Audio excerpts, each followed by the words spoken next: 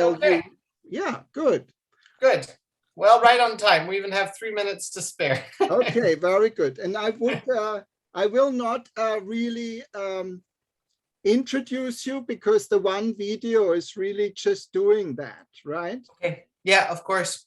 So I will just state your name and welcome everybody in the name of the Sustainability Committee and stuff like that.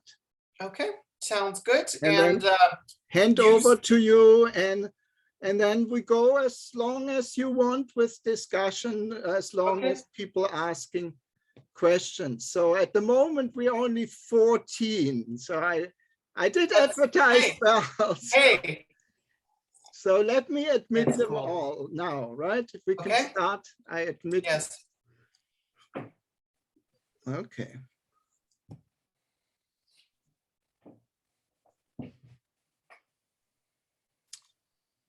So good evening, everybody. We will just wait a couple of minutes before we start. So please, everybody mute themselves.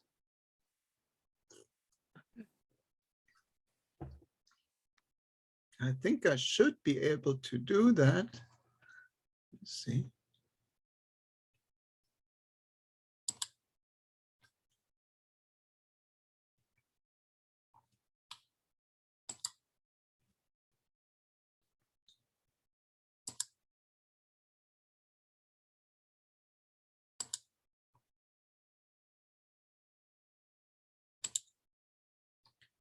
Okay, so I have muted everybody just to make it easier. Hello, Sister Peck, I see you.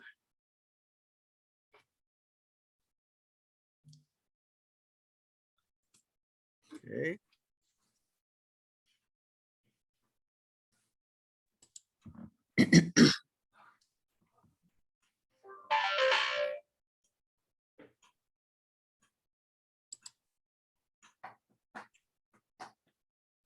Okay. So we're getting more and more students here coming. Very nice.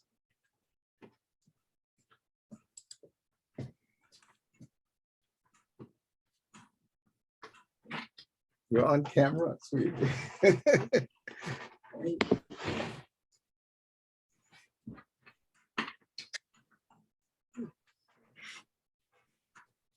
Okay, so I think we just give it another couple of minutes, and then I will quickly introduce tonight's event, and Jacob quickly, but Jacob actually prepared a little video that will take that job of introducing him to you guys mostly away. Are these all the people that are attending? Yep. Oh. Yeah, it doesn't really keep a tally. I would think we're about 20-ish now. Carol? Should call to tell her. I did. Oh. But unfortunately, she doesn't check her emails anymore.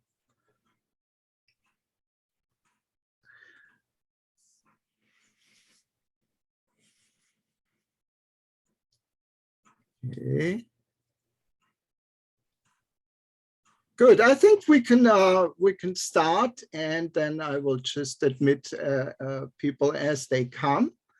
Welcome everybody to the Issa Endowment Speaker Series on the environment.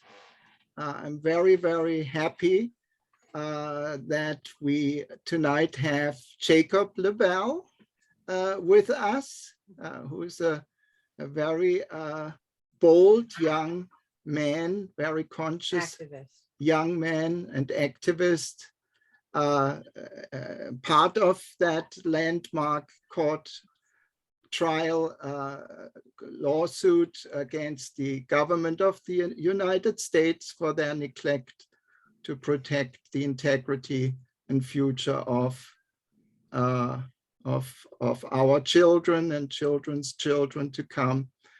And I don't want to really speak way more than that and hand over to Jacob. He will introduce himself. And I think he's planned to speak about 30 minutes to 45 minutes. And then we have a generous opportunity to for questions afterwards. Okay, thank you, Jacob, and take it from here. You have your volume up? Thank you, Thomas. Hi, everyone. As you've heard, my name is Jacob. I'm very glad to be with you guys here today. It's been a while actually since I've done Zoom meetings, so I'm still having to get used to not seeing anybody's faces. But I hope that wherever you are, you're having a great day.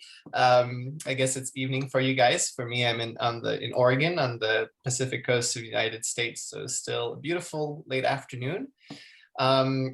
I want to just start off. I have sort of a lot that I want to cover today.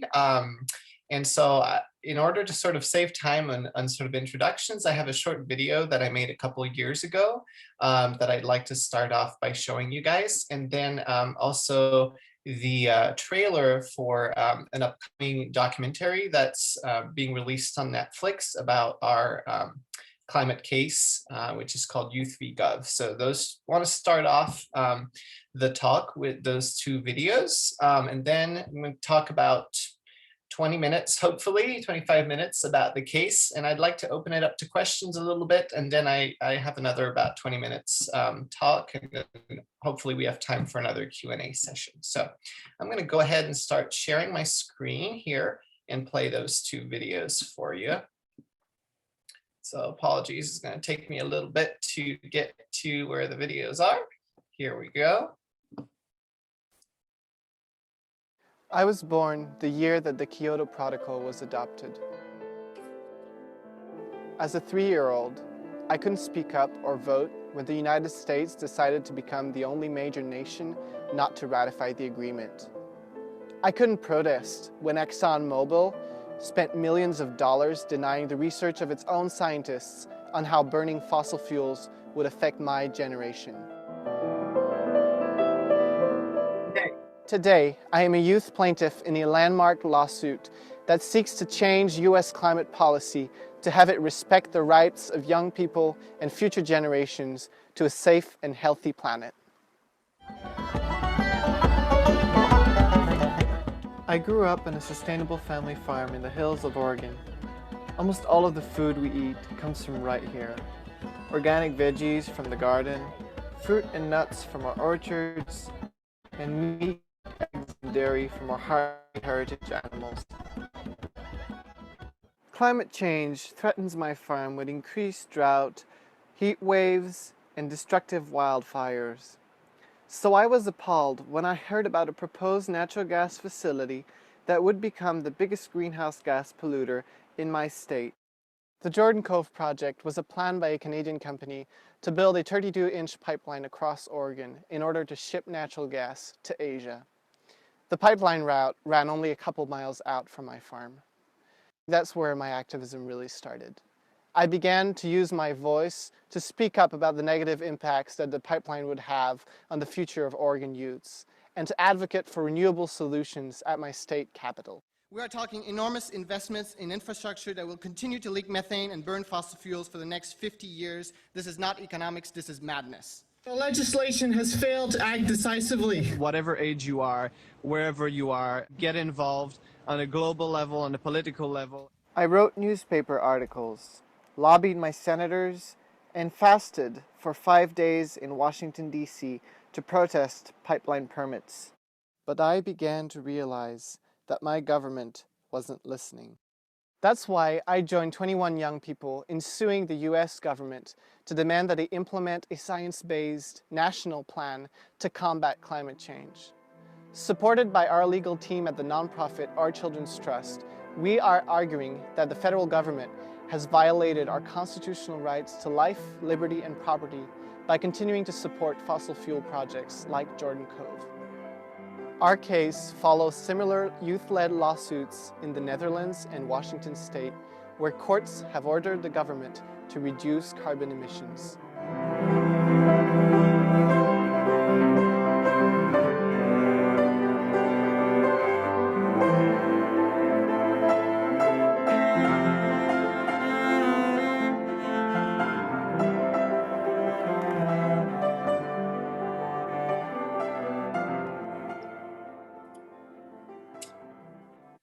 So that's a short video that that I made actually many years ago now that I think about it. We filed this lawsuit back in 2015, which is almost 7 years ago now. But I thought it would be a nice short introduction. And then I'd also like to show you a video of our upcoming documentary, which is a little more on the case. And so let's put this one.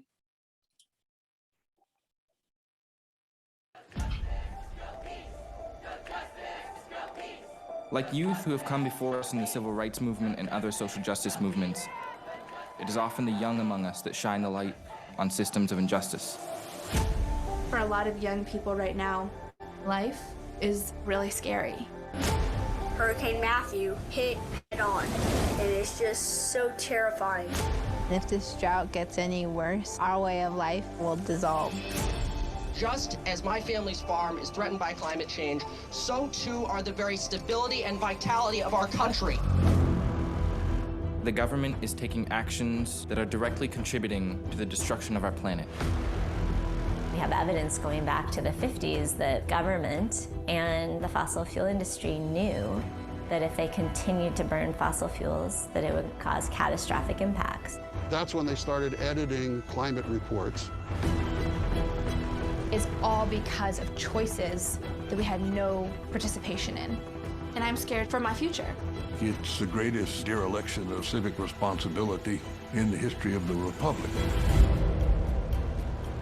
21 young people ages 11 to 22 are suing the federal government over policies they say are destroying their world. We are not willing to wait around for someone else's timeline to dictate the trajectory of our lives.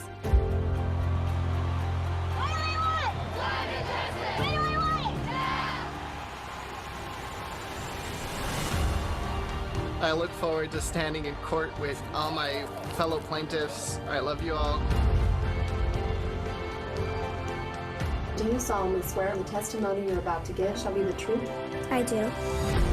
Whether we win the lawsuit or not, we are already making ripples in the world to show real change can come from young people standing up for what they believe in. All right. Of all the cases working their way through the federal court system, none is more interesting or potentially more life-changing than Juliana versus the United States.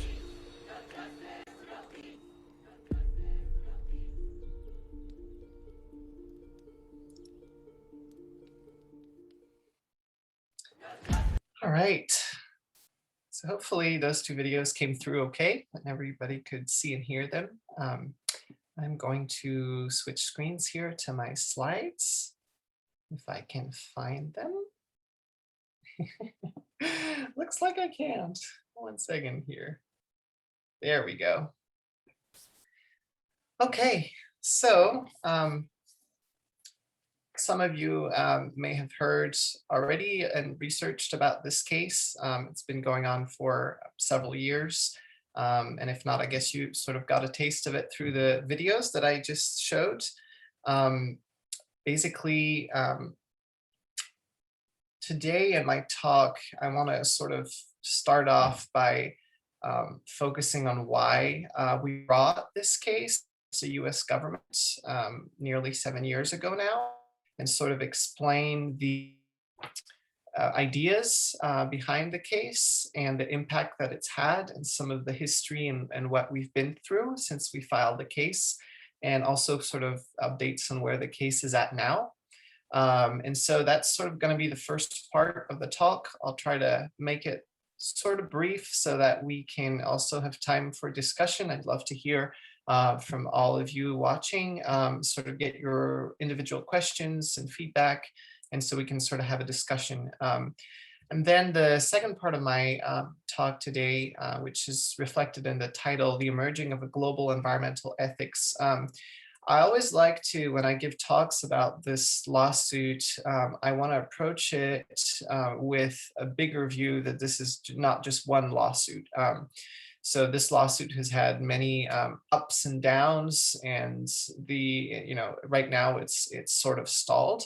And it's really important to remember, we've already had huge impacts, but there are also many other lawsuits of its kind, and there are also many other people and organizations around the world, communities that are doing all sorts of really good work in the field of environmental ethics, which is becoming crucially important in our times, especially for children and young people. And so I like to talk about sort of the broader perspective as well, and also sort of application tips maybe of how people can that care about the environment and do have that sort of moral environmental value can, maybe some ideas of how to apply that in their own lives from my own experience over the last 7+ years fighting against a pipeline in my local state and also at the national level with this case. So with that said, I'm going to go ahead and start here. That is sort of what I just talked about, part 1 and part 2, sort of a little outline here. And I also wanted to, I was researching a little bit about your university, Siena Heights, and about the speaker series that is the reason why I was invited to speak with you all. And so I thought it was kind of cool to point out. So I saw that your university was founded by the Adrian Dominican sisters. And part of my talk today is about, it also includes how spirituality and spiritual traditions relate to environmental ethics. I think is becoming clearer and clearer these days with especially Pope Francis, Laudato Si, and many other leaders around the world that are sort of speaking up on what is frankly to me one of the most important issues of our time morally. And so I just wanted to make that connection. And also I was reading about William Issa, that sort of the series is named after him, and that he was interested in becoming a environmental attorney to go into environmental law. And so I thought that was sort of a connection that was worth putting out there, that sort of this whole talk is about the field of environmental law and how my perspective on that, but also all the amazing attorneys in our case and all around the world who are spearheading these lawsuits. So just wanted to point that out and sort of get things started here by I have a couple graphics and pictures that I share. I'm sure most of you are probably aware of the global situation in terms of climate change and environmental degradation. But I've always found it, even for me, useful to sort of always go back to what is kind of the state of the world right now, and why are we even talking about this and doing all these things. And so kind of remind ourselves of the reality. I don't mean to be depressing. This is depressing stuff. Hopefully you'll sort of be uplifted by the hopeful stuff later on. But I think it's always important to sort of start with the reality of things. And so this is a graph from NASA about the CO2 parts per million levels in the atmosphere. And so these are, you can see sort of the hundreds of thousands of years in our past, CO2 has fluctuated up and down in the Earth's climate. However, we're sort of in a period where it's just skyrocketing due to human activities, and it is far above what it has ever been, in the hundreds of thousands of years in the past, where humans have basically evolved and human civilization has evolved, and we've never encountered this sort of climatic changes in terms of CO2. The line is actually up to, this is an older graph, so it was at 400 parts per million, and since then, over the last 5 or 6 years, we're actually now at 420 parts per million, so it's still rising. And so, of course, this has impacts, which I'm not going to have time to go into all the details about climate science, but it has impacts on natural disasters, droughts, wildfires, ocean acidification, and the integrity of the ecosystems that support life on Earth, including our life. And so I'm just going to go sort of quick here. I'm assuming most people are aware of this, but again, it's always good to remind ourselves. This is a cool temperature chart that just shows, well, not cool actually, but it shows rising temperature, sort of the red is the degrees over sort of the baseline. And it shows how the temperatures have changed over the last century. And so you can see that definitely getting redder and redder. It's actually even worse now. This was a graph back in 2018.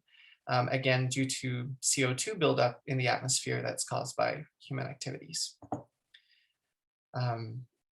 You know, again, lots of data on this, but we're facing a, you know, all evidence points to we're facing a 6th mass extinction of all biodiversity on Earth. That's already well underway. This is just a picture. It's actually a video of an orangutan defending its home from loggers, and I believe that's in Malaysia, and just driving home sort of a little snapshot of what's going on in many, many ecosystems around the world. It's related to climate change, but there's also a lot of other issues bound up into it. And another related issue, plastics, you know, in our oceans, even recent study that found lots of microplastics in human lungs. And of course, that's hurting a lot of the biodiversity on the Earth. So just little snapshots. I'm not going to go really into it, but I always start my talks with that, just so that sort of reminds us of what's going on.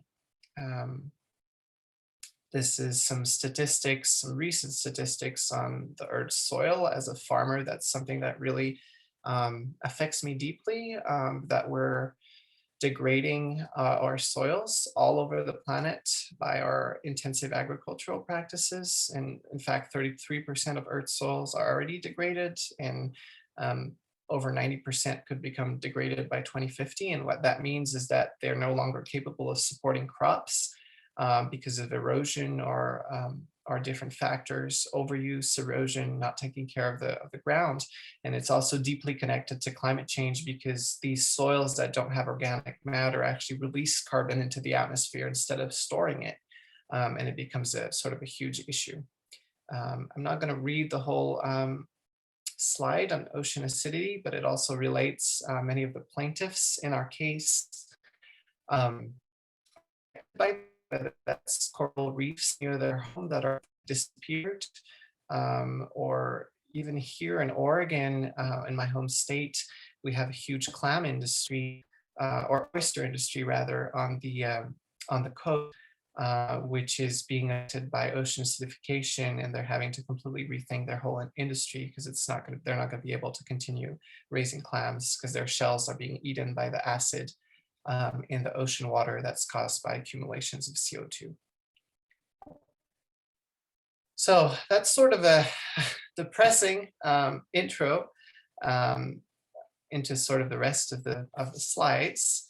And it sort of, I think it sort of is the backdrop, hopefully, for why I and 20 other young people from around the United States decided to sue our government, the United States government, in the lawsuit, which is called Juliana v. US. This lawsuit is led by a nonprofit called Our Children's Trust. So basically, there are lawyers. It's a nonprofit, so we don't pay them anything. They represent us in court. And also represent youth around the United States and around the world for similar lawsuits. But this lawsuit that I'm a part of is probably one of the biggest case, I would say, in the world. And it certainly received a lot of media attention and sort of moved a lot of I think moved a lot of needles in politics and also in the legal field in terms of dealing with climate change and the court's role in that. So sort of this section, which I'm going to try to spend about 10 minutes on, is sort of a overview of our case, and then I'm hoping that people will just have questions and we can continue the discussions. But it's sort of just digging deeper into that case. I'm hoping that you guys will, I don't know exactly the date when it comes out, but the Netflix documentary that we watched the trailer for goes into really a lot of detail on this case, and it's coming out like this month, I think. I think it's the 30th of April actually on Netflix. And so I'm hoping that you guys, if you're interested and you enjoy this talk, will go and watch that as well. And you'll find even more info about the case in that movie. Probably better than presented than I can present it, because it's a really great movie. Anyways, and so this slide has some pictures of some of the plaintiffs in our case, and sort of the crux of this lawsuit, I would say, is that young people and future generations we're the ones who are going to grow up in this world. And I'm 26. And, I was 18 when we filed this case. And so it's already been a long time. I'm still going to feel, a lot of repercussions compared to, say, our elected leader in Congress, or in the 60 to 80 range, who are not going to feel those impacts.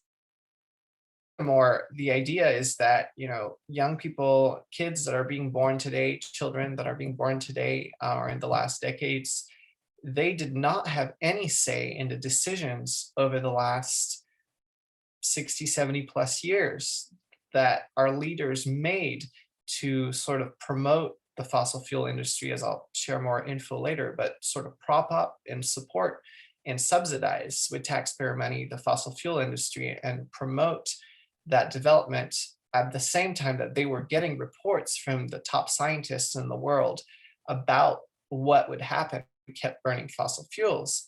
And that these leaders, on both sides of the aisle in the US, continued to promote and subsidize fossil fuels over, technologies like renewable and other, technologies in agriculture and in energy and in building that could have put us on a better trajectory that would, ensure that we would have a livable climate. And so these leaders took those decisions when the children of today were not even born. And the children that are growing up right now cannot vote, under 18 cannot vote. Many of the plaintiffs in our case are under 18, they cannot vote. And so they have limited input into those decisions that are being made by our political system, and yet they are the ones that will be the most affected. And so that's the idea behind our lawsuit, is that we have a branch of government in our country that is able, the legal branch is able to act as a check and a balance, like a checks and balance. They're able to act to protect the rights of groups whose rights are sort of being ignored or are being harmed by the majority.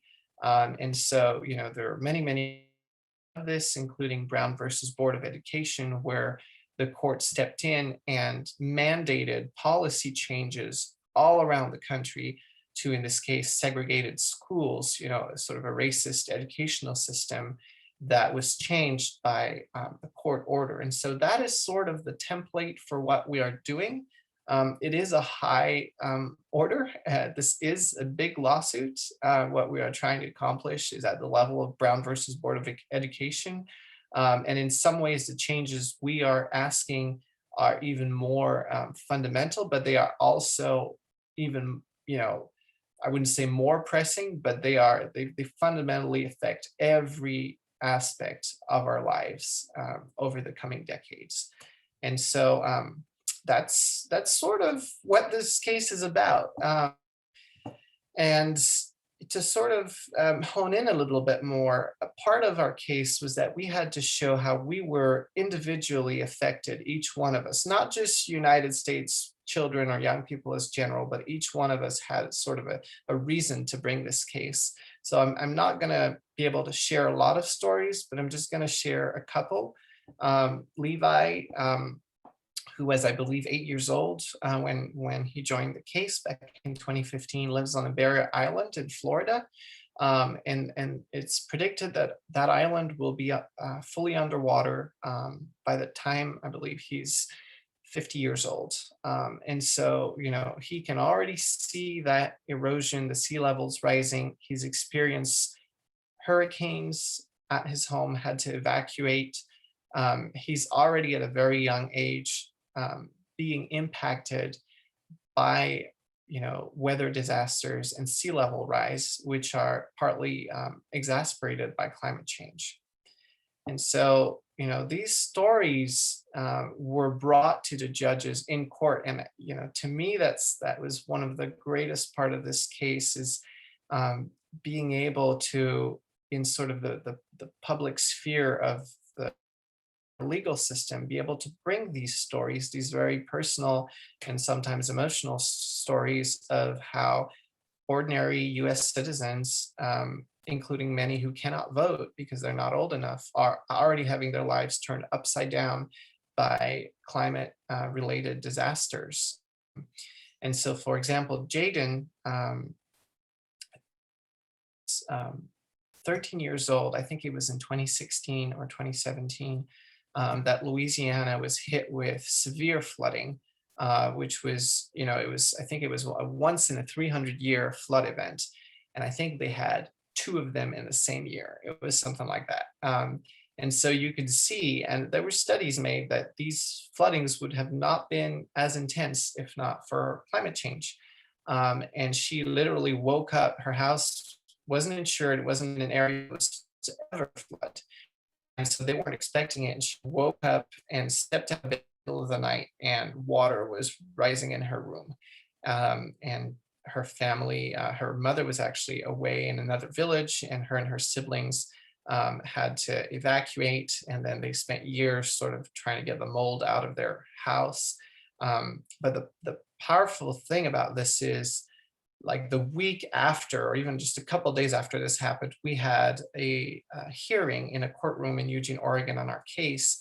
And Julie Olson, our lead attorney, brought Jaden's story to the judge directly, and also to the people who were watching. These are often available to the public, either as transcripts or video court conferences. And so, you know, it's just sort of another story from this case. And another one, Miko, who's from the islands that were affected many times by typhoons, had villages destroyed, and were also affected by, you know, different topic, but the US government used those as radioactive, as nuclear bomb testings grounds. And so there's still radioactivity everywhere in the environment. Of course, it's not related to climate change, but it was sort of a double whammy for her, that her home was being so affected by the policies, past and present, of the US government. And that's me. And so I've also been affected by climate change in many different sort of subtle and not so subtle ways. Most, I think, striking was, since I filed the case back in 2015, almost every single summer has had some of the worst wildfire smoke that we have ever seen. I don't know if you guys in your area of the country get wildfires, but it is scary. And I moved to the farm with my family when I was 4 years old from Quebec, and became a US citizen. So I've grown up most of my life in Oregon, and we've never had, you know, maybe 1 or 2 days of thick smoke every 6 or 7 years, you know, when there's a fire. But it's blue skies all the time in the summer. And in the past 7 years, I think 6 of those years, we've spent months without seeing blue sky, just wildfire on top of wildfire on top of wildfire. And you can sort of see on the pictures what it looks like. And often I have to wear a mask when I work outdoors. This was before COVID. So now we're all used to them, but it's still, when you're working, doing heavy labor outside in 90-degree heat in the summer and have to wear a mask, it's not fun, especially when it drags on for weeks and weeks and weeks.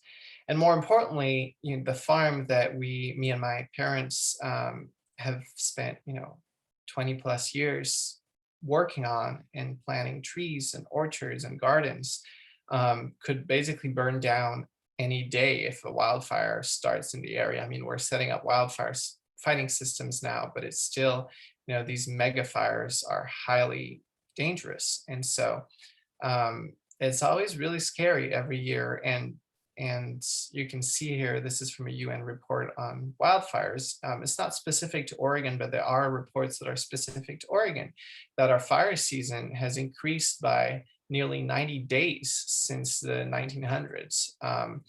And that's nearly 3 months more fire season. And it's projected that as our summers get hotter and drier, that this will only get worse. And so these are very real sort of sometimes almost life and death, or for people who have asthma, like my friend Alex, who lives on a farm in Oregon, health issues, loss of sort of even just aesthetic and spiritual identity with, sort of living in a place that is slowly getting degraded and that the environment is sort of breaking down around it. These are very sort of real harms to our, how we put it in the lawsuit is to our life, liberty, and property. That basically, if the US becomes, some parts of the US livable in the coming century, when we will be alive,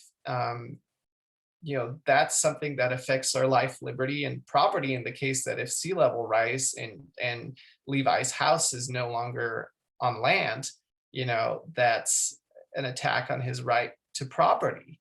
And so sort of what we're saying with this case is part of, I'm going to skip ahead a little bit here to sort of show you a quote from our Constitution. If I can find it. There we go. So part of our claims that we're bringing are under the Fifth Amendment of the US Constitution. No person shall be deprived of life, liberty, or property without due process of law. And so we're the first case that is saying, hey, we're being deprived of these rights. And sort of the link, the crux link that we're making is that we're working with some of the top scientists in the world, building evidence that the US government has been taking these willful actions. It's not neglect, it's not inaction on climate change. They've known. I'll just slide out here. Sorry, I'm skipping back and forth here. But there's this slide got quotes from official government reports. And there's way more, but this is sort of a highlight reel. From all the way back in 1965, White House report, burning fossil fuel causes irreversible climate change, predicts 10 feet sea level rise and apocalyptic change. So this was back in 1965. Of course, Dr. James Hansen's Senate testimony in 1988 was one of the flashpoints of when, it became really clear that this was an issue that would affect would affect the whole coming decades and all the people living in this century. And so they had all these reports, and they continued to take willful action across even political lines. This is sort of another really interesting aspect of this case, is that it's not political in any way. I mean, President Obama, regardless of my own political views, my family, I couldn't vote at the time, but my family, he talked about that under his presidency that the US had built more miles of pipeline than ever, than under any other presidency or something like that. There's a clip of him talking about that. And so this is just something that is entrenched and across the aisle. And our case is pointing out that climate change and environmental issues is not political. It's an issue of the rights of young people. And that if obviously Congress and the executive branch haven't done anything about it over the last, 50 plus years. And so if they're not, it doesn't look like they're going to do really anything about it either as of now. And so it's really up to the courts to sort of step and put some guidelines without telling, the other branches, the political branches, exactly what to do, to put some guidelines and say, hey, you can't go beyond this level of emissions. And so anyways, I'm going to stop skipping around a little bit everywhere. We've sort of talked about this a little bit already, 3 branches of government and sort of our plan. This was just a little graphic without, again, not wanting to get political, but it's sort of a fact. I made this slide under the Trump presidency, and it was sort of really blatant and in your face that, at least for us young people, that our executive and legislative branches did not care about, protecting our rights and solving this issue of climate change so that we would have a livable future, and that the US would sort of continue to have a livable climate. And so it was sort of really blatant. So I just put that in there. And we've talked about this. And then I also sort of related to this topic of why we brought this suit and of sort of the dysfunction that we see in the political branches of our government. And I was researching this, and I happened on this poll of Trump voters. So Trump is not seen as someone who, back when he was president, who supported clean energy in any way. And yet 3 out of 4 Trump voters did support action on clean energy, along with more, the majority of US citizens that do support investment and support of an investment in renewable energy. And yet we get, things like Trump promoting new coal plants and all of that. And so anyways, that was just sort of something that I wanted to point out. And also some graphics. I'm not going to go into all the details, but on just how much we subsidize, we in the sense of the US government, how much of our taxpayer money goes directly to producing more fossil fuels. And so the reason that I'm sort of talking a lot about this is that a counter argument that was brought against our case is that, yes, climate change is happening.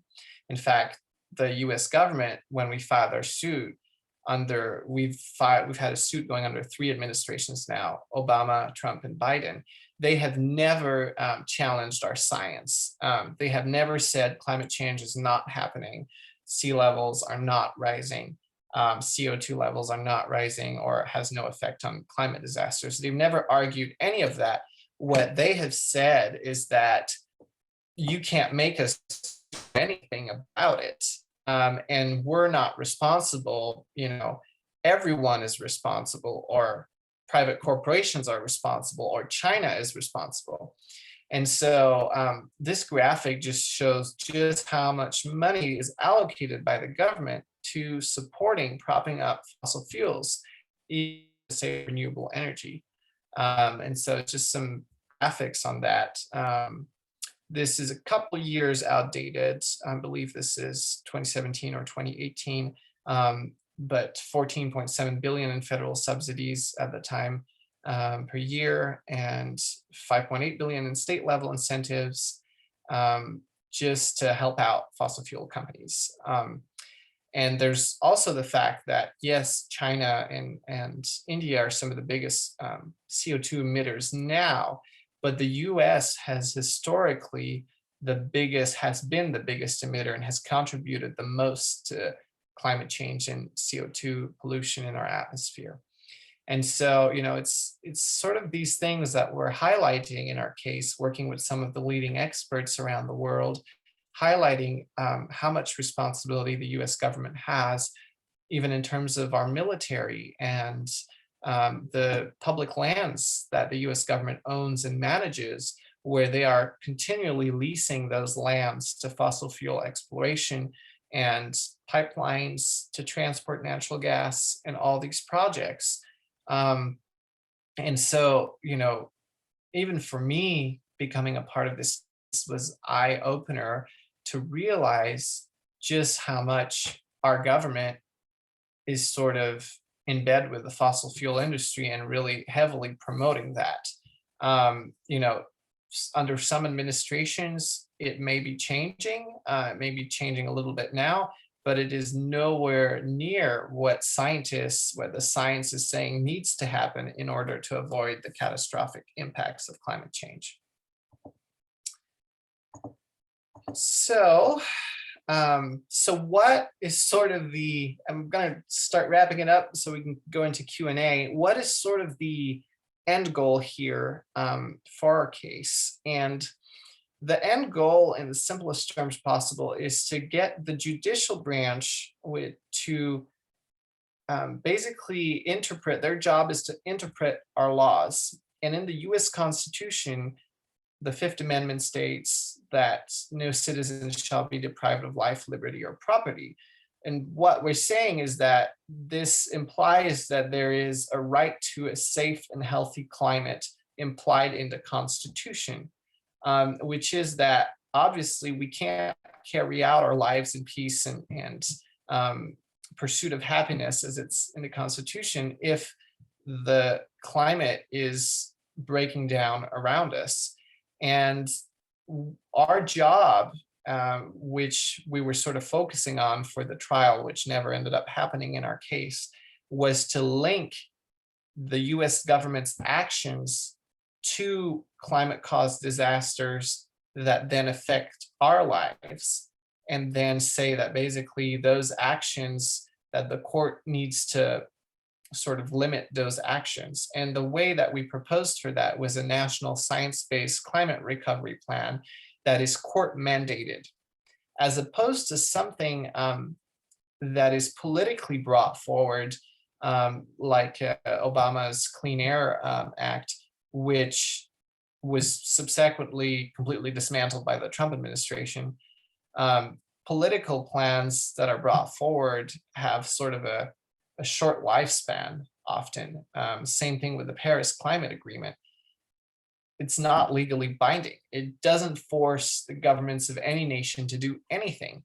It's just a piece of paper that sort of a symbolic action, which is great, but it's not legally binding. Versus if the courts, as they did in Brown versus Board of Education, if they actually mandated a emissions limit and a plan and mandated that our executive branch come up with a plan to reduce fossil fuel emissions, in our case, consulting with sort of the best updated science, including Dr. James Hansen, who's a part of our suit and sort of a consultant. Sort of the consensus in the scientific community is that we need to get carbon emissions back down to 350 parts per million by the year 2100. And this involves both decarbonizing our economy, our national economy, and going over to renewable sources of energy like solar and wind and geothermal, and also drawing down the existing carbon in the atmosphere. And there's many interesting ways to do that, including changing and subsidizing agricultural practices that promote soil health and organic matter buildup in the soil. And there's also plans in forestry to increase forest cover, and all these sorts of changes at the, that can be subsidized by our government, or that can be encouraged by our government, or mandated by our government, that can draw down carbon from the atmosphere at the time as we're sort of trying to stop emitting it. So of course, this plan would have been way easier if it was started 20 or 40 years ago when we had this science. Most of it, we already had it. So it's becoming sort of more and more of a steep curve. But the reality is that if we don't adhere to those guidelines, however we want to reach those goals, there's different ways and different pathways to do that. If we don't do that, we will experience climate catastrophe, which has already started a very little bit, as I've sort of shown through the stories of my different co-plaintiffs. we are going to experience that, and it will be way worse than any short-term impacts of implementing a plan like this. And so that is what we asked the courts to do in our case. We asked them to mandate that the executive branch come up with this plan themselves, of how they wanted to achieve those guidelines, and then implement it, and then the court would oversee that plan over its implementation. And so that was our goal. That was when we filed back in 2015. And since then, obviously, a lot has happened. And it's sort of difficult to explain if you're not studying law, because we had a really crazy ride. We have a really interesting journey. So normally a case will be filed at the district court level. In our case, we filed in a court of Eugene, in the Oregon court, which was in Eugene, Oregon. And a lot of plaintiffs were based in that area. And then that case will go to trial at the district court, in our case in Eugene, Oregon, with a federal judge overseeing. And then once a verdict is reached, one or both of the parties can appeal to the U.S. Court of Appeals, which in our case is the Ninth Circuit for the West Coast. And then the process sort of repeats itself. And then, the parties can then appeal to the U.S. Supreme Court. That is the normal progression of a case. Our journey has been a little bit different because the U.S. government, under all three administrations, sort of threw the kitchen sink at us right away and basically denied us a full public and fair trial.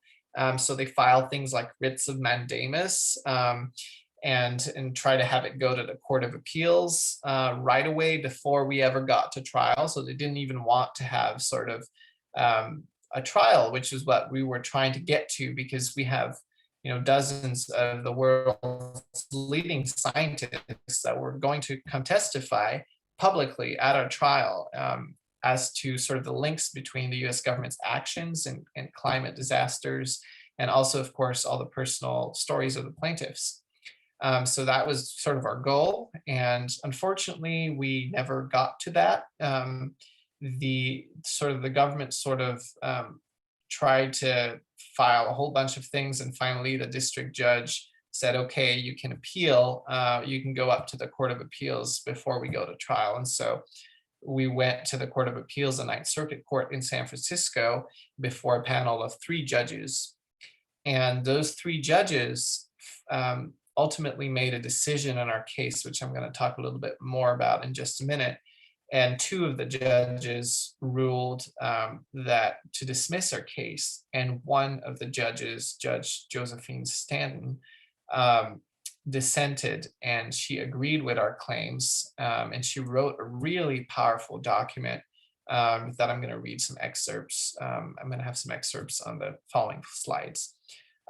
So the case was basically sort of stalled at that point. This was about 2.5 years ago, I believe. And what we did, so without going too much into legalese, basically the judges agreed with all that we were saying that was going on with climate change, all that I've talked about for the last 30, 40 minutes in terms of the climate science and the impacts on our lives. They didn't disagree on that. They said reluctantly, we sort of conclude that the courts can't do anything about it. It's up to Congress and the executive office. And that's where the Judge Staten disagreed. And I'm going to read her quotes in just a minute. But that's basically what they said. They said, we can't order a national science-based climate recovery plan. It's sort of overreaching our authority. Of course, this, from our point of view, this doesn't jive with cases like Brown versus Board of Education, where the courts did exactly that. And there's many other examples. But basically what we did, we appealed en banc to the Ninth Circuit of Appeal with me, which means we're sort of appealing before a panel of, like, I think it was 11 judges, and that was also dismissed. And so we returned to the district court, so that first court in Eugene, Oregon, where the judge was actually, she's actually very supportive of our claims and had repeatedly tried to get us to go to trial so that she could rule on our case. But as I explained, So we went back to this judge. We did something that's very common in these cases.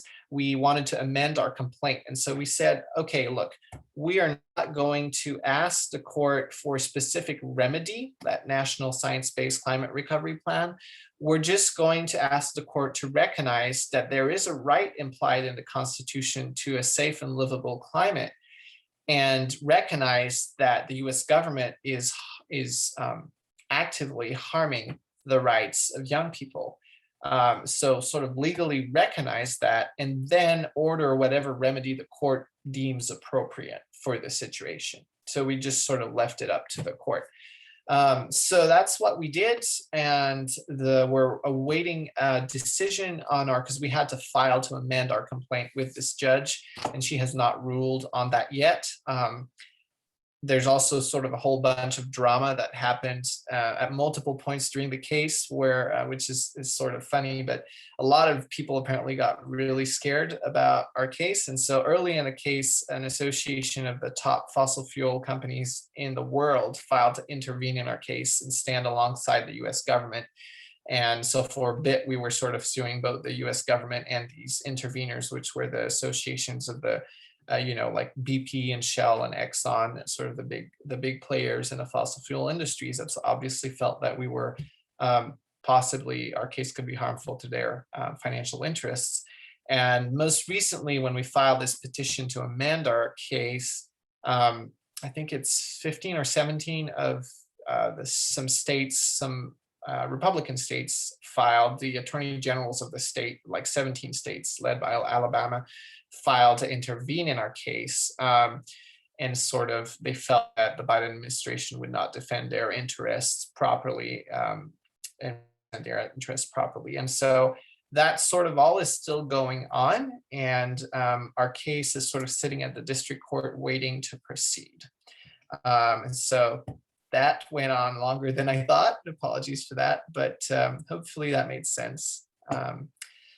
And I'm pretty much done with this section, except I just want to read a couple quotes from US judges. And so, this is very heartening that we do have judges, highly placed judges in our legal system that do recognize the principles that we're bringing forward. And this is a quote from US District Judge Ann Aiken, which is that first judge that we filed with and that our case is sitting in front of right now again.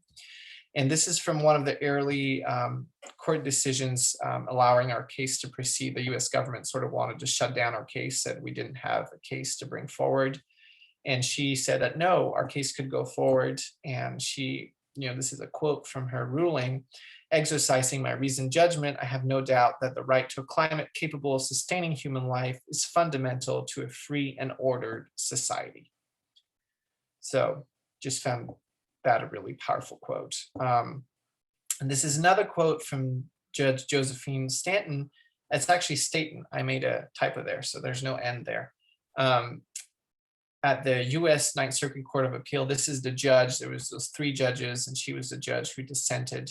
And she wrote, I'm actually going to let you guys read it. It's pretty long. I can read it. I actually read a documentary, but it's a really powerful statement. She said, "In these proceedings, the government accepts as fact that the United States has reached a tipping point, crying out for a concerted response, yet presses ahead towards calamity. It is as if an asteroid were barreling towards Earth, and the government decided to shut down our only defenses. Seeking to quash this suit, the government bluntly insists that it has the absolute and unreviewable power to destroy the nation." So it sort of drives home, like, it's a little bit surreal, but because it's happening kind of gradually, but this is really what's going on. If you read the IPCC reports and the current climate science, this is, what we're doing by continuing to promote a fossil fuel energy system in our country. And this is a last quote from her, which is kind of long, but it sort of encapsulates our case, I think. She says, "Were we addressing a matter of social injustice, one might sincerely lament any delay, but take solace that the arc of the moral universe is long, but it bends toward justice.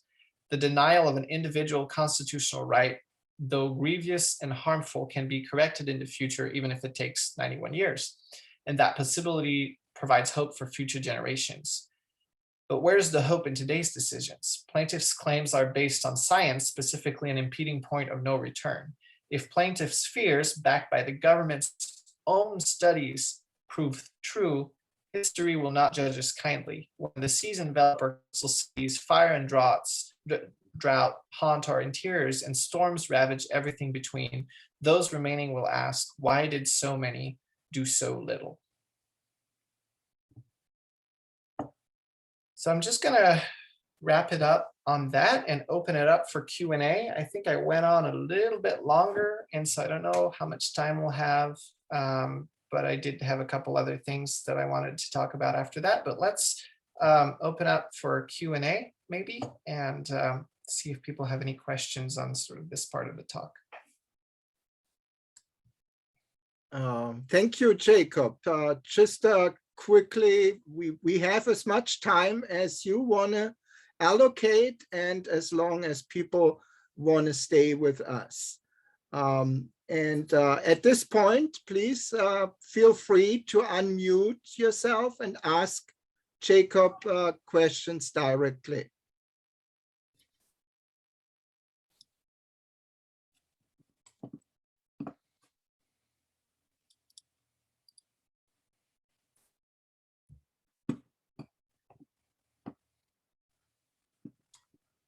Okay, so maybe we need an icebreaker here.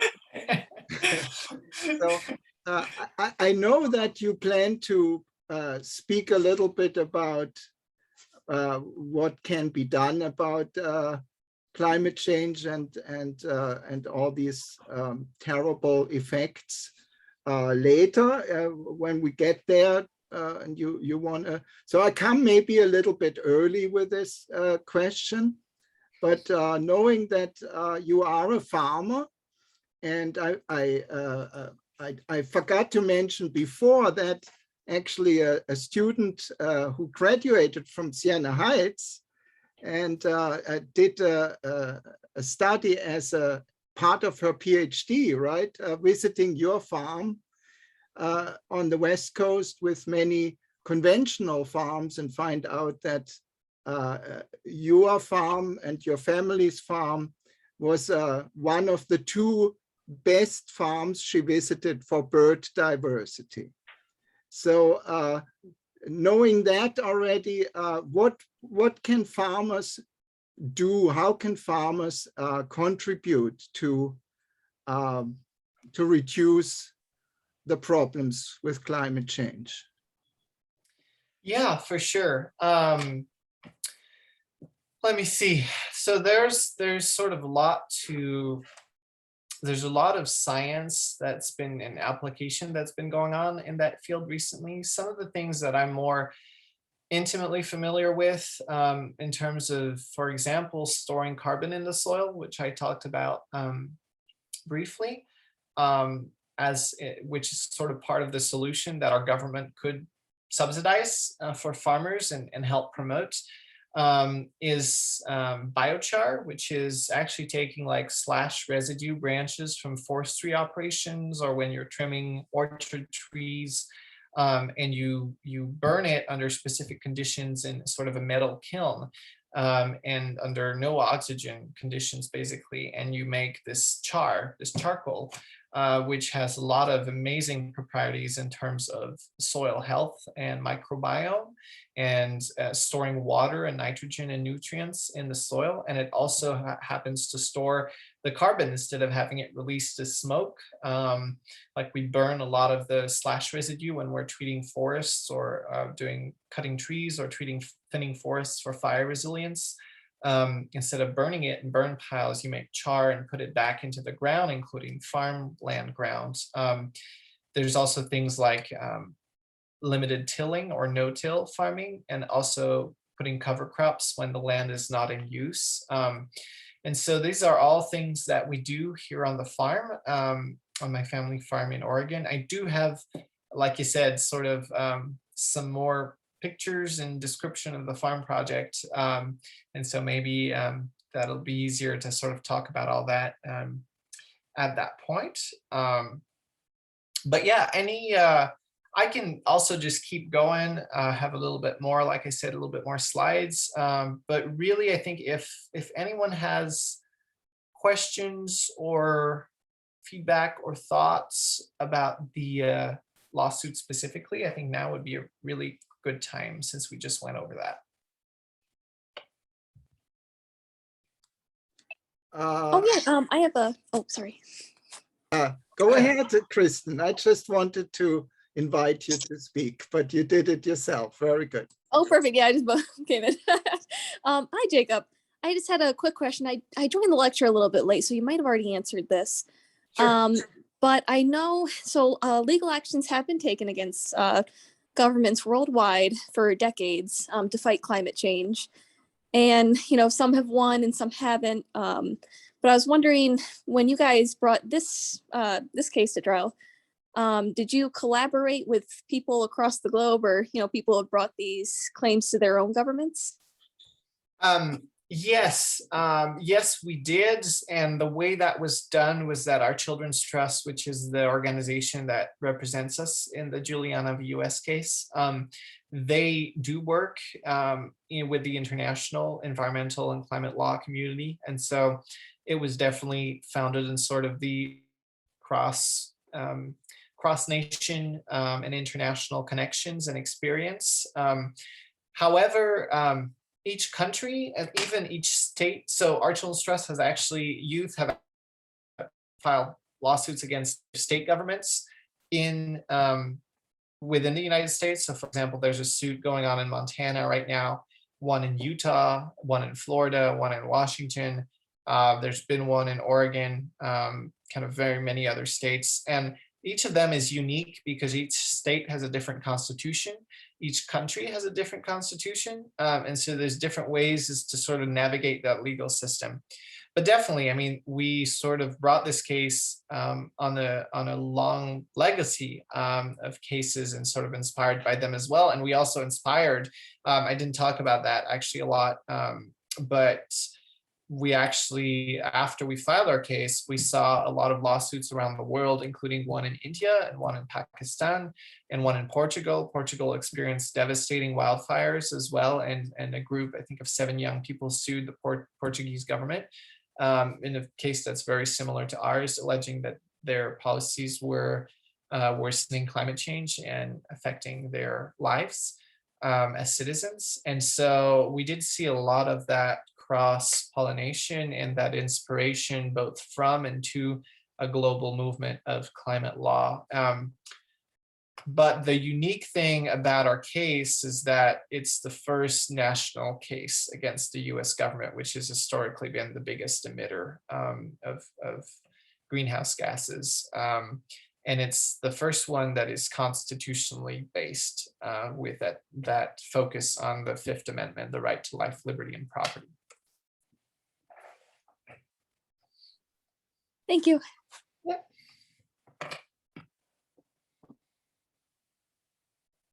I see a hand up, McKenna. Hi. I was just curious. I had a question. You said you were releasing a Netflix documentary, and I was just curious what your motive was for that. So was choosing to do the Netflix documentary intended to reach out to the bigger audience? And I know a lot of younger people watch Netflix, and I know you talked about how they're more affected, or were you intending to share your story or make the youth want to stand up and make a difference? I was just really curious because what you're doing is awesome. So kudos to you. Thank you. Yeah, so well, the documentary has been in the works for a long time, since back probably in 2016. And so we had a great filmmaker called Christy Cooper and her team that were sort of, they had worked with Our Children's Trust to do little videos focusing on different plaintiffs. You can find all this, by the way. I don't know if we have sort of a chat for the Zoom, but at the end of this call, I'm going to share a bunch of links on that chat, maybe if we do have one, or Thomas can share that. But on the Our Children's Trust websites, you can find a bunch of these little video stories of different youth around the United States that are affected by climate change. And those were all done by Christy Cooper, who's the director of the Netflix documentary. And she became interested in making this film about our case, the Juliana v. US. and it sort of grew and grew, and it was released about a year and a half ago on all the film festivals, and then it was picked up by Netflix. So it's not like a Netflix original. It was picked up for distribution by them. And I mean, I think the intent is manyfold. It's you know, one, to educate people about climate change, and also hopefully to inspire them and to share. And I think one thing that's really cool about this case, I spoke about this a little bit in terms of how we're bringing personal stories of American youth into the courtroom, into the legal system, but also on the news. Like when people are talking about this case, it's no longer just talking about, you know, sort of impersonal big weather events. It's really personal. Like there's this kid, you know, in Florida who's losing his home or having to evacuate due to a hurricane, or I'm here on my farm in Oregon, in rural Oregon, and I'm getting affected by wildfire smoke, or someone there's, you know, losing coral reefs that they grew up with, or losing beaches in Hawaii, you know, like Journey, who's another one of the plaintiffs. And so you're getting these very diverse personal stories, and I think we respond better to those than just to scientific data sets. Like the IPCC report is amazing, but like, let's be honest, who here has read it like in its entirety? Maybe some people, but you know, we're more hardwired to, you know, watch a 2-hour Netflix documentary than to spend 2 hours reading the IPCC reports. At least I am. A lot of young people that I see are, and not so young people also. And so the goal is sort of to, yeah, have our stories reach a wider audience, and also to educate people and even educate our lawmakers about this. You know, their families watch Netflix, their kids, their grandkids watch Netflix. I'm betting, you know, President Biden's grandkids or kids watch Netflix once in a while. And so this is a way of telling, you know, our elected leaders and the whole citizens of this country, you know, what's going on and why we brought this case and what we're experiencing in our lives.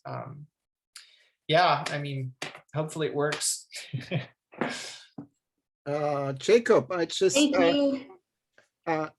Thank you, McKenna, for the question. I just saw Herm put a question into the chat. Does the US Constitution 9th Amendment have a role in the case arguments?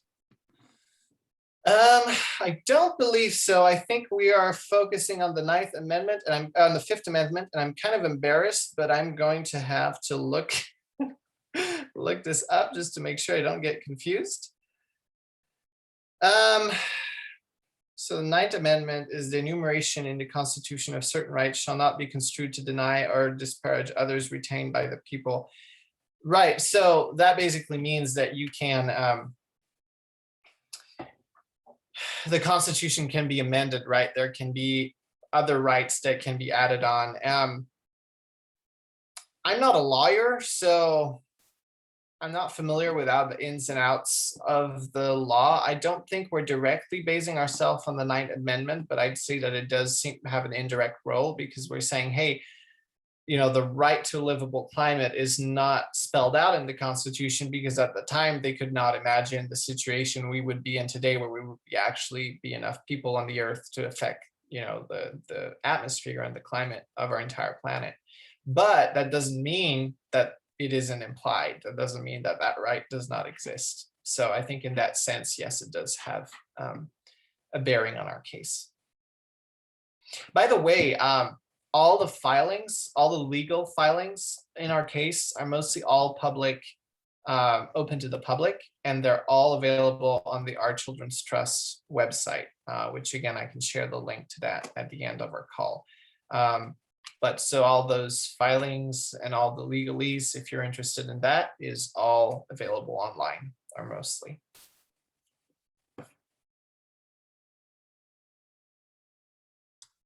Thanks, Jacob. I will also gather when you put stuff in the chat and then share them on the Sustainability Committee's website. And for the external guests, you can reach out to me to get that address.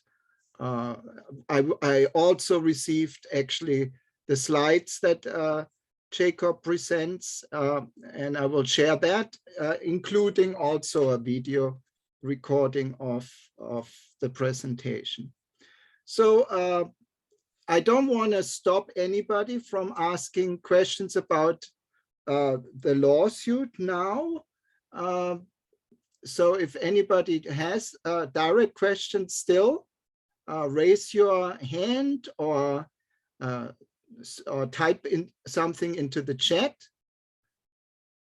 And if that's not the case, then I would say if you still want to present a little bit on the solutions, then we do that, and then we might have another short discussion round as long as everybody is still capable. I think, yeah, no, that was I'm actually clicked on the wrong person and muted you. Sorry. No problem. So yeah, so let's, I'm going to continue a little bit here on the second part of my presentation. Again, I'll try to keep it brief. Hopefully people aren't falling asleep at their computers. But yeah, no, I think it's good to continue a little bit and then do some Q&A. So I'm going to share my screen again here with you all and go here. There we go. And there we go. Okay, so the wider picture, global environmental ethics and its importance for our evolution. And so the point of sort of this part of the presentation is to sort of put the lawsuit in a wider context. I think it's only, filing cases is a great thing, and it's something that I happen to become a part of because I was fighting originally, like you saw in the video, the Jordan Cove pipeline, which was a pipeline project that was scheduled to basically run in our backyard, basically, not quite on our property, but on our neighbors. And so it really affected me personally. And then I became aware of how the US government was subsidizing and promoting all these fossil fuel infrastructure projects. And then I heard of Our Children's Trust, and that's how I joined this case. But it's really only one thing that you can do, and there are a lot of other things. And there is also, honestly, the question of why. Like, why take time out of your lives to do this or to attend this talk? Or why am I, part of this lawsuit, spending so much time and energy of my life on it? And it's sort of obvious to me and all that we've talked about is happening in the world. But I always want to sort of step back and look at the bigger picture, also share some of my more, I feel some of the more real reasons that I'm still invested in this work and that I'm not sort of getting burnt out or depressed. I don't think I'm too depressed, but even with all that's happening and all that action and climate change and all those things that we've talked about, sort of why I'm still doing this work. And so that's sort of what this part of the conference is about, kind of the wider picture beyond just a case. So I want to start out by talking a little bit about how environmental action is actually a moral value. And I'll sort of, you'll sort of see where I'm going with this in a little bit. But a lot of people just take it for granted that we should protect the environment and do all these things. But of course, there's a lot of people that don't really care or aren't really doing anything about it. And for me, it was really important to realize that there's nothing in science that tells us that we have to, lower emissions or protect the environment. It just describes what's going to happen if we don't. And there are many other options, and there are some people that think we'd be better off, in sort of post-apocalyptic, where nature has reclaimed Earth, or maybe we're destined to become city planets like in Star Wars. So there's a lot of digging deeper into it. There's nothing that tells us scientifically that we should do one thing or another. So where does this sort of other than the survival instinct, which like for us, some people are directly facing the impacts of climate change, but there's still sort of, for me, sort of a deeper moral value to protecting our ecosystems, our living ecosystems, protecting, non-human life around us that ultimately supports us as well, that we're sort of part of, animals and plants and even the bacteria and microbiomes.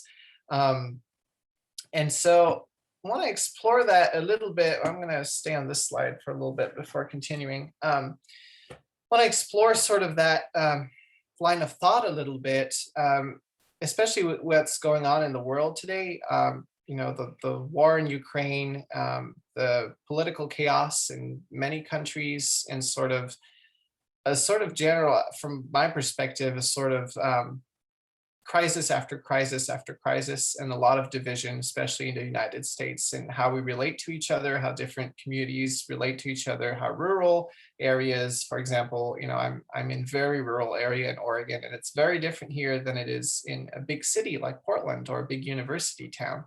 And sometimes these people just can't relate to each other. And there's a lot of division going on right now, at least in my community, that I can see.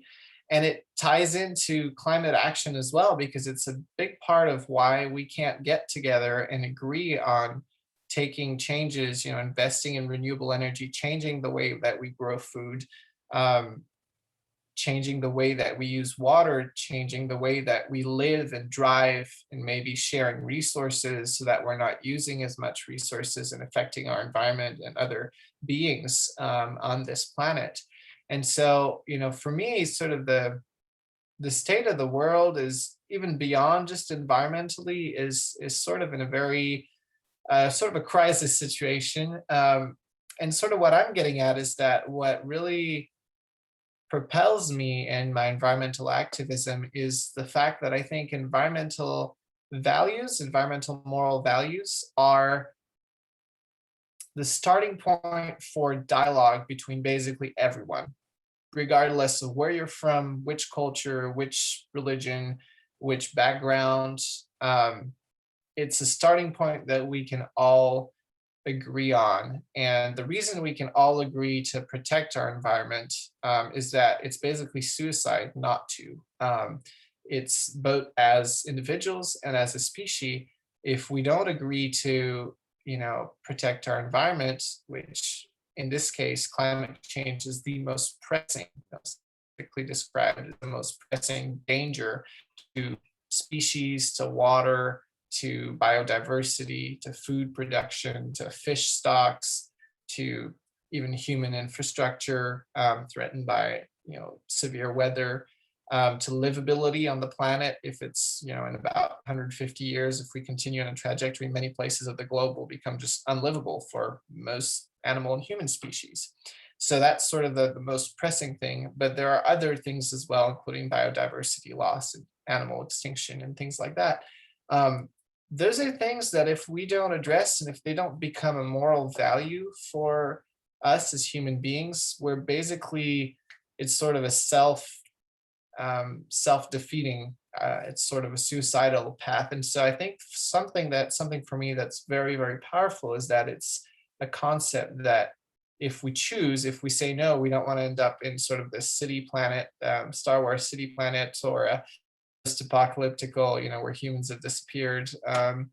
If we choose to actually, that we want to live in a world that is actually, sound and livable, and that we can collaborate with nature and actually help it thrive and help other beings thrive around us, that's actually something that we can all sort of start agreeing on. It's sort of an objective moral value that people can gather around and start building things on, maybe find other places of dialogue and other objective values that we can all agree on. So that's sort of the crux of why I'm so passionate about environmental values, other than the fact that I grew up on a farm and near the forest and water and animals, and I feel very strongly connected to them. It's also the fact that I think it's probably one of the most important fields to be working in, because that just kind of connects everybody. So I just have a couple of slides to highlight that point. So that, part of, I think, the current world situation is that a lot of the, whatever you call it, religions or spiritual traditions that guided a lot of nations over the past centuries, we have sort of a lack of common language with the scientific worldview. And there is now, I have a couple slides to show this, there's now a common zone at the environmental values. There's sort of a zone where these vast different worldviews can agree on something. And that's sort of summarizing what I just talked about, that this can act, environmentalism can act as a foundation for a new dialogue between different traditions, people, and cultures.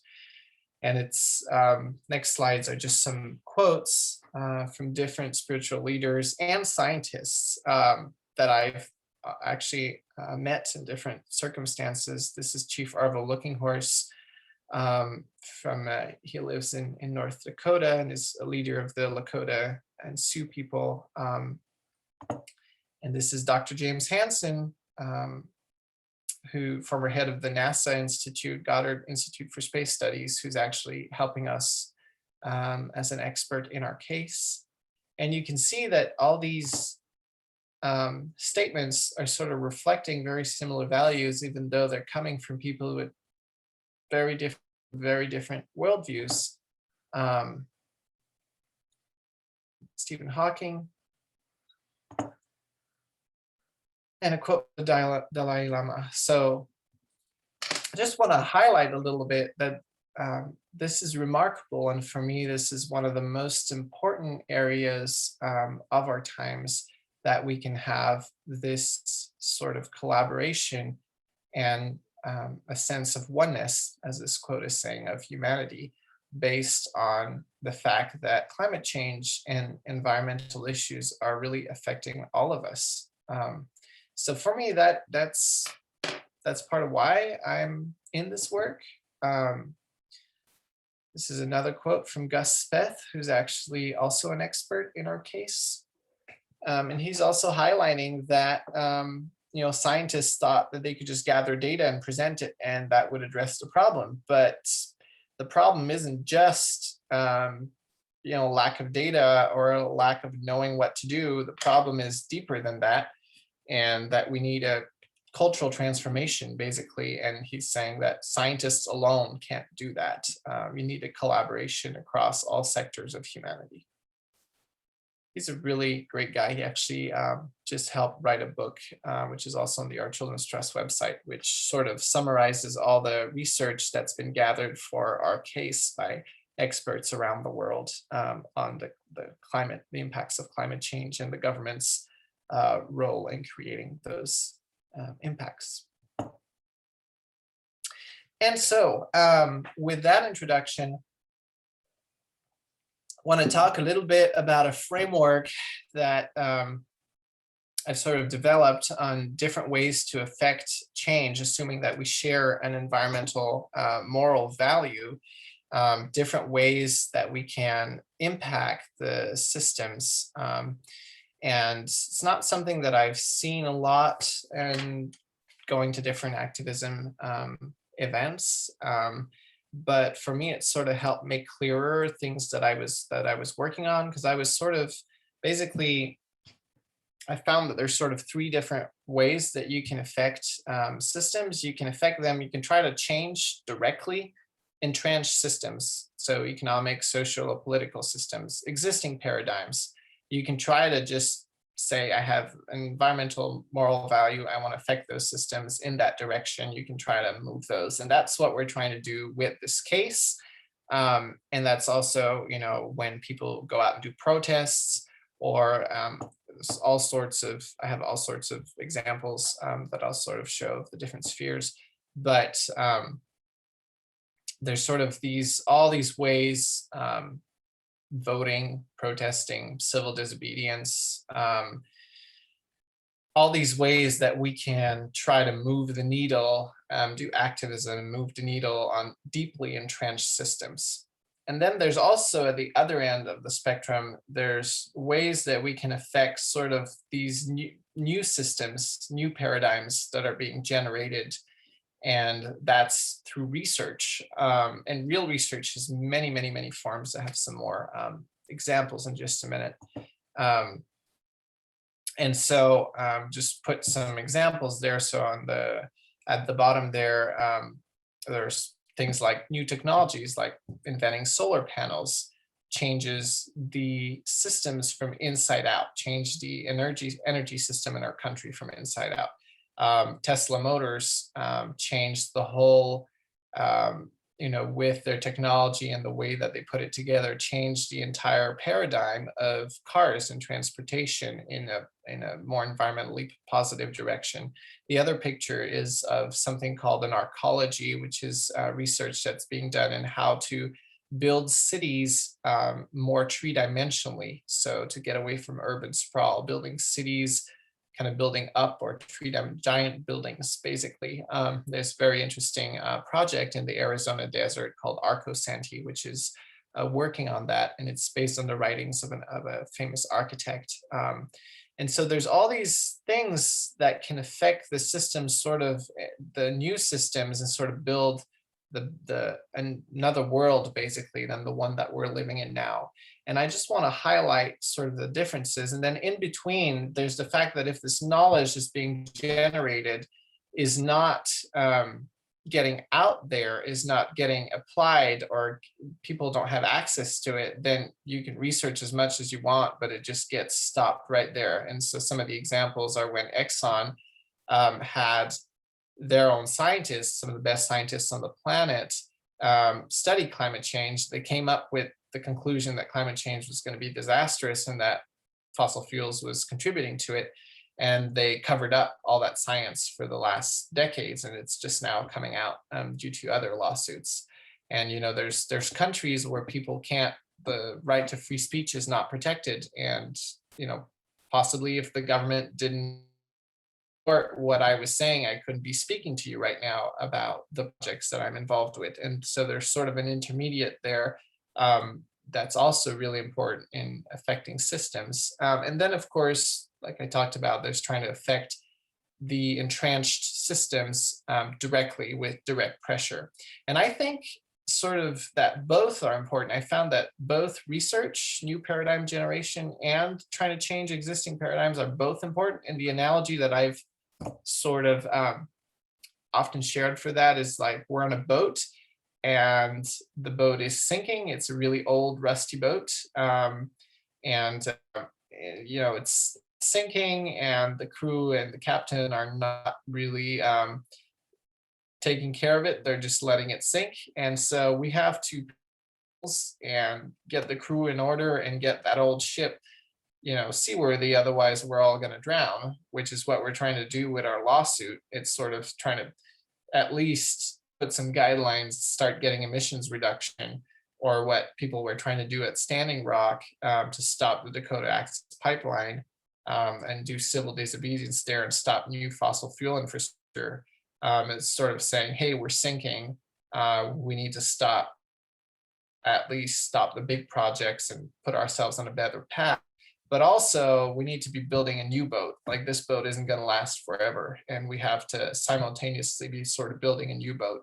And so for me, I've been a lot involved in activism, what's traditionally called activism, of trying to affect our economic, social, and political systems. But I've also been involved a lot, and I find a lot of satisfaction in sort of being involved in projects at the research level. And so, well, that's just some examples, not just all sorts of different values, just so you can see sort of what I'm talking about when I separate these different ways of affecting, of intervening in systems. And so things like the invention, organic agriculture completely changed the whole world when it was introduced. or the invention of the fossil fuel engine changed the whole world when it was introduced. So those kinds of things that move humanity forward is not always in good directions, such as the atomic bomb, so it's not always necessarily good directions, but if you apply a good moral value, such as environmentalism, to these research projects, I think you can really, I think that's what we need. And so there are sort of lots of ways, and it's probably also the most difficult, at least, often it's lifetimes of involvement. I'll talk a little bit more about that, like what I'm doing with the farm project here in Oregon. It's basically it takes lifetimes to build up a project like that. And versus a lawsuit, well, it is taking several years, but like a protest or can be sort of less difficult, but also sometimes has less long-term efficiency than dedicating or dedicating your life or your energy to building up long-term solutions and sort of new paradigms. And so a personal example of something that I've been involved with at that level is the Earth One project, which is the farm where I grew up on in Brewsburg, Oregon. And it's not just a farm, it's not just a commercial farm where we just grow food. It's based on biodynamic principles, which means that we treat the farm as a living organism. And so we have to have animals and crops and human activities all sort of involved on the farm. And we try to have as much biodiversity as possible. Some of our goals are to promote biodiversity of domestic breeds, so old heritage breeds that are dying out, and heritage species of plants that are adapted to different environments to preserve those seeds and preserve those genetics of those animals on the farm. And then we're almost fully self-sustainable in terms of food production, which is another goal. And we also are sort of researching a lot of different ways that people can live on the earth and not have to always use up a bunch of resources imported in from the outside. And so I'm just gonna share a little bit of this is sort of a pamphlet. It's not actual slides, but it has some data on sort of what we're doing. But we sort of have different goals, which is to be self-sustainable in food, energy, and water. And so that we don't have to import, we have our own solar energy and hydroelectric energy and wood for heating. That's all grown or produced on the property. For example, we've dug ponds and we have gravity feed for our water distribution. Preservation of wild biodiversity and genetic diversity of heritage domestic animals and plant species. And so one thing that we're doing in this project is so we manage about 600 acres and we set aside 75% of that as a nature preserve. And then we only do human activities on 25% of the land that we own. And so that's a way of saying that 75% of the land that we're actually leaving, we're not developing, so that we're leaving for wild biodiversity. And then another aspect of the project is that we aim to train people through workshop conferences and farm school partnerships, and so that people can actually come and experience an environmentally sustainable environment directly and personally, and sort of learn different things like biochar, for example, which I was talking about earlier, which we incorporate on our farm.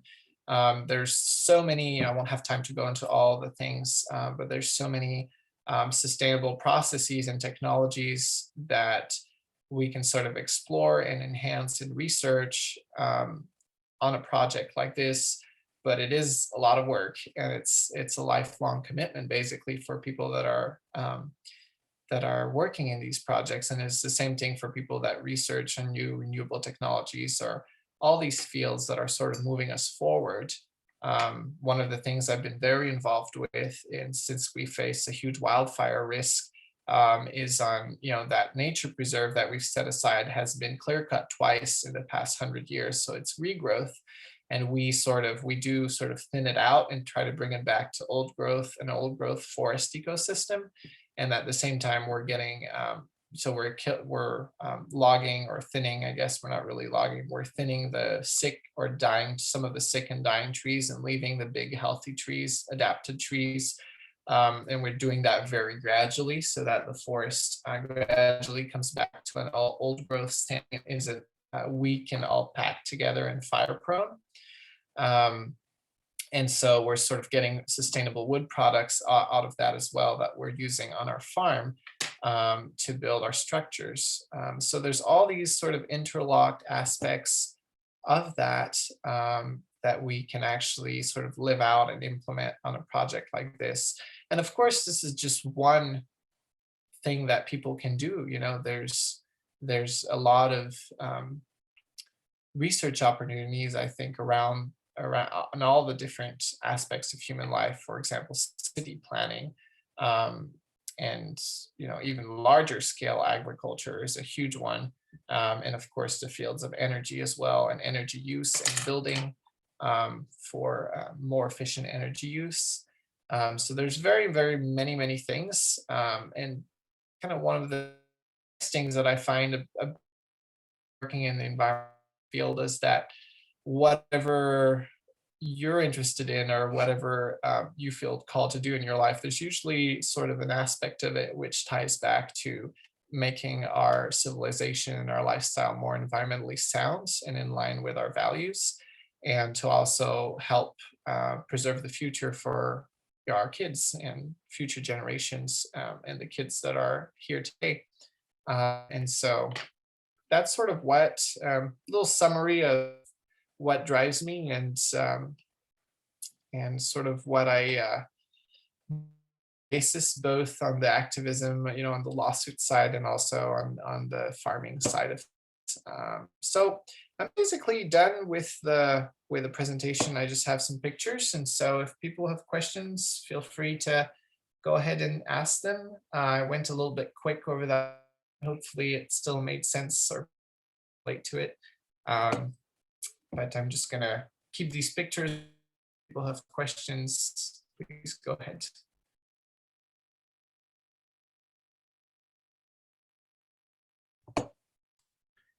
Yeah, please ask your questions directly to Jacob, or type them into the chat window and I will pass them on.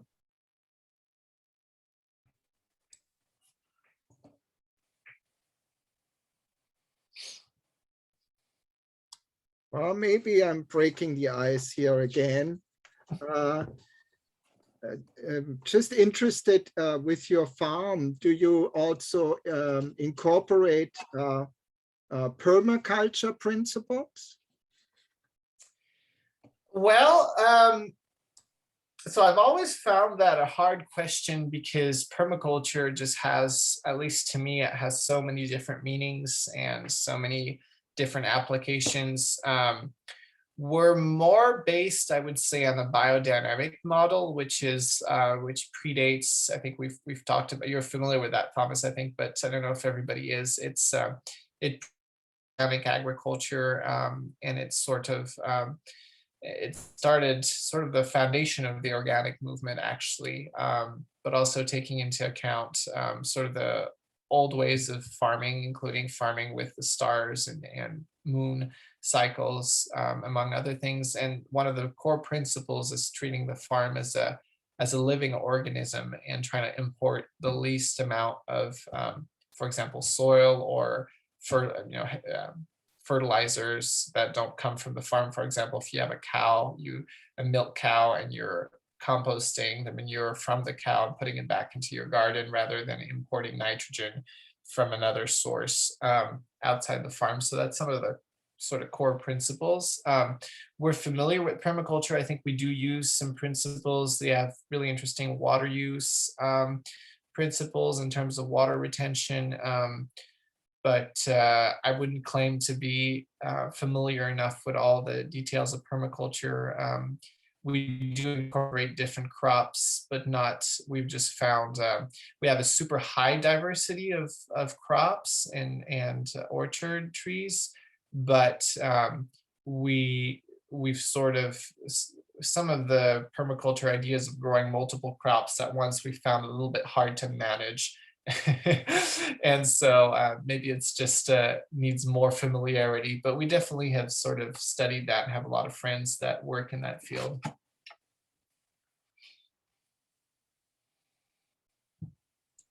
Thank you, Jacob. Please, other questions? Oh, you're on mute, I think. I'm not sure your name, but I see you waving, but I think you're okay. I'm on now. I just want to applaud your not dependence, but you're speaking about this being a moral issue. I think that is very, very right on target. I started an environmental organization, and we're a catalyst for environmental change. And that's one of our goals, is to link ecology and spirituality. I'm a science person. I know Tom is also, and but deeply involved with sustainability part of this whole thing. And I love your building a boat, or repairing the boat, or however you said it. And one of the things that I use is about a lobster. You take a lobster and put it in cold water and it'll survive. You take a lobster and put it in hot water, it's going to die right away. But if you take a lobster and put it in cold water and gradually heat it up, it doesn't know it's dying. And that's where we're at right now with the earth. You know, people say, oh yeah, that's, you know, it's almost like they glibly say, oh yeah, that's part of that global warming, you know, but no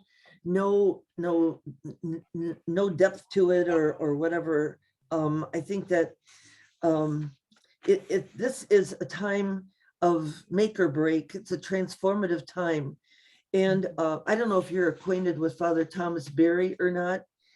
Thomas Berry is an ecologian, he calls himself, or did when he was alive and everything. But you know, the earth is, or could be considered, a living organism.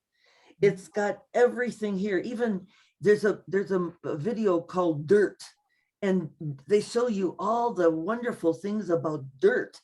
And I just read something in the not National Geographic, National Nature Conservancy, about taking an old pair of cotton underwear and put it 3 inches in the ground and let it stay there for maybe a month or so, and take it out and see if the underwear has been chopped apart by bacteria. If it has, your land is good. If it doesn't, your land is dull. So I don't know, those are just some, I mean, I have a lot of comments, but you know, I just want to applaud you, because I think you're on the rightest track that you could be on.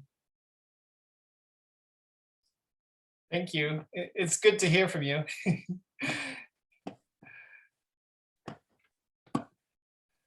Yeah, I'm glad you enjoyed the talk. It's sometimes hard for me. I can't, you know, when you're in person and you can see everyone, you guys must be used to it by now as educators, haven't had to go through the whole Zoom thing, but it's such a different experience from being able to see everybody and sort of connect to everybody. And so I hope it was, I hope it sort of made sense and sort of was relatable to everyone, at least some of the core ideas. And yeah. This way you can meet people from a wider perspective, though. You did it in, you know, if you do it in person, you don't get people from all over the place, you know. And I don't like the Zoom as much as either, but I see that there's benefits in having them. Indeed, I agree. Same here, right? We did start this series, speaker series, to be in person. And then COVID came, and one of our speakers was immunocompromised, and I wasn't even aware really of how bad it became until he said he can't travel. But since then, we thought, you know, it is actually also closer to our goals and trying to be environmentally conscious to have the speakers present virtually instead of flying with a plane and from the West Coast in your case, and with other people coming from further away as well. So I think we will stay that way, although I know same thing like you, it's more engaging when you have somebody close there and you have the possibility to go maybe after the presentation and talk, and maybe even have some social event and go out for dinner and stuff. That's of course the advantage of in person. But yeah, as Sister, I'm probably butchering your name, Robinchek, I think it is, right? Yeah, Rosine Sobczak. Sobczak, yeah, said, yeah, it's also reaching people from further away, and we have had in the last, since we do it, people from even abroad sometimes connecting to us. So that's, we're embracing all the possibilities.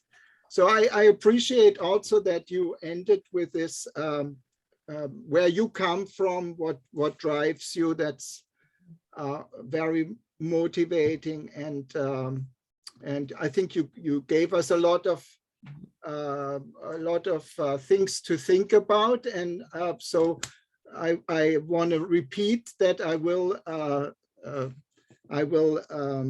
upload the slides with all those things that you had to kind of go over very quickly. So you have that opportunity to read that and see what's on the slides in text and enjoy the pictures better. And I saw that, Jacob, you did post a few links here also. I did, and not just links. Sorry, it might not be fully clear. So I posted some links, but I also posted just some names of some people that writers, architects, interested, maybe not meant to talk, some of the ideas in the talk, and some movies. Biggest Little Farm, some people might have seen that movie or might not have, but it's a beautiful biodynamic farm in California, which the guy was National Geographic, the farmer was National Geographic videographer, and he made a beautiful documentary on his farm, and I really highly recommend that, and that's a link to their farm website. Is that the Big Little Farm? Is that yeah, biggest Little Farm, yeah. Biggest Little Farm. Yeah, and I really recommend that movie. And then there's a recent documentary on soil and climate change called Kiss the Ground, which is available for free online. I posted the link to that. There's an organization in Italy that I went to 2 years ago, which is very, very interesting, which is the only organization that I've found in the world, really, that it's sort of it's a 1 week sort of residency where the lecturers and the students live together on some little town in Italy for 1 week. They do it every year. It's called the Cortona Week, and they bring speakers from different scientific branches and also different spiritual traditions. So you might have a monk, and you might have, you know, a top scientist from Harvard University or Stanford that will be lecturing on the same morning about different topics, including the environment. And then in the afternoon, it's artistic workshops like sculpture or different workshops. And it's an amazing, I went 1 week, and it's just, and it sort of relates to that second part of the conference that I was talking about. They're really amazing organization. And then I have a link on biodynamic agriculture and the link to the Our Children's Trust website. And I think that's that's basically what I posted. And then I just posted biochar, so I help people can just look it up. There's hundreds of videos on that. It's something that I'm doing like over the last couple of years. We're trying to get a grant with the US government is actually supporting biochar over the last couple of years, and they're actually giving grants out to foresters and farmers. And so since we manage like 400 plus acres of forest, we're trying to get a grant with the USDA to make biochar. So I've been involved in that a lot, studying and making it. So just some things, there's a lot more out there, but sometimes, you know, people connect to something, they're interested in it, and they can go look it up. Thank you, Jacob. I also posted the link to our documentary series, which was forced to be virtual only for couple of years now already. And we did actually show Youth v. Gov. That's how I came together with Christy, and then I asked Christy whether she recommends, has recommendation for one or a couple of the plaintiffs to eventually speak. I think we were actually privileged to be treated like a festival here and could show it before the release. So I'm happy that it's now available for a larger audience soon. But actually we did show Dirt also as a film, and Kiss the Ground, I think. So and the links are still all there. So now we're looking back, I think 6 years or going to 7 years with 2 seasons per year. So there's a lot of good documentaries on that list. Yeah, I will certainly look it up. Yeah, so everybody can copy the chat, I think, but I will also copy the links later when I save the session and put it on the website for Jacob's Issa presentation here. Good. So if anybody has still questions, don't be shy. And if we have short questions, otherwise I would we should probably wrap things up now. Okay, so no pressing questions. Good, good. Okay, thank you very much, Jacob. This was a very a wonderful presentation and wonderful discussion. And thank you very much for joining us today. Thank you for having me. Thank you. You're very welcome. Yeah. Keep on the good work, and I will watch how that lawsuit is continuing, and hopefully it will actually reach a similar impact as the civil rights cases that you mentioned. Indeed. Okay. Thank you so much for coming, everyone. Take care. Have a wonderful night. Bye-bye, everybody. Have a good evening.